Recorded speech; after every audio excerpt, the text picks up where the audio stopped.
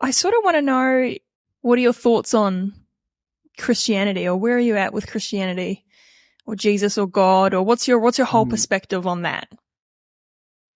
I think, I touched on it a little bit. My church, Adventism, very conservative. My family and the church I went to specifically, very progressive, very open. To the point where, I'd go to other Christian churches on Friday night and go, yeah, this is okay. Whereas a lot of Adventists would say, no, the devil lives there. Whereas, my group was like, no, this is fun. Everyone's got a different picture of Jesus and we can learn from each other kind of thing. And then I suppose I just discovered the limitations of some of these beliefs, how ultimately they had who was right and who was wrong. And progressives, there's a very Peter Rollins idea, if you are familiar with him, but conservatives say, like, I'm right and you're wrong. And liberals kind of say, in a much more subtle way, I'm right and you're wrong, but I'm okay with talking to you even if you're wrong. And it still kind of places ourselves at the seat of judgment. Oh, but we're not judging. Oh, no. Everyone says they're not judging. But I guess what I've discovered is when you have a definitive set of beliefs that you believe to be true, and they are the only right application or theology of it, you are judging. That's a, how can you not come across everybody else and say, and people will say, oh, no, I'm not judging. I mean, everyone can believe what they want to believe. But deep down, they're like, but I'm going to minister to you and I will convert you into my position of being correct.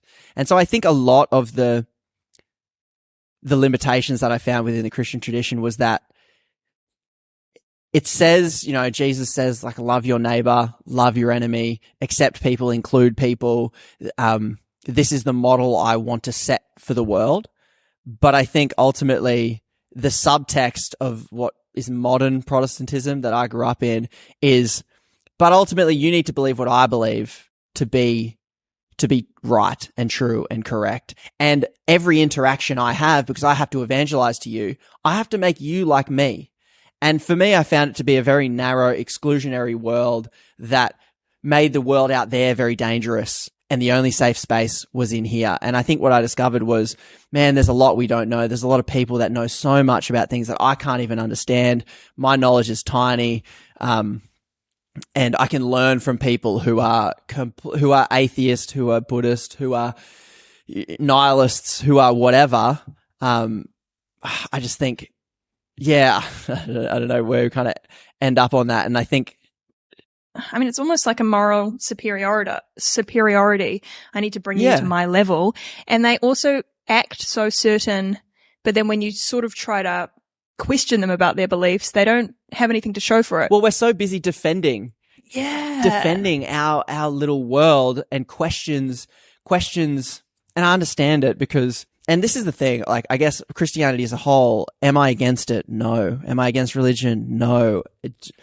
Are there forms of it and versions of it that we should embrace? Yes. A lot of people, so on my podcast, like you mentioned, I spoke to a lot of Christians early on.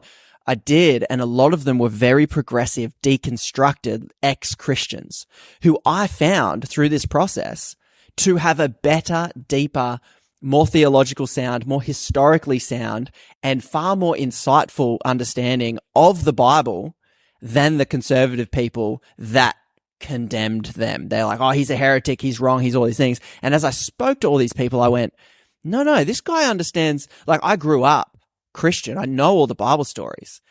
And there was an understanding that I'd never encountered when I spoke to the so-called heretics, the outsider. And there was even more profound understandings of Jesus's teachings that I think Christianity hasn't even understood yet because of the way in which they engage with a lot of their beliefs, I suppose.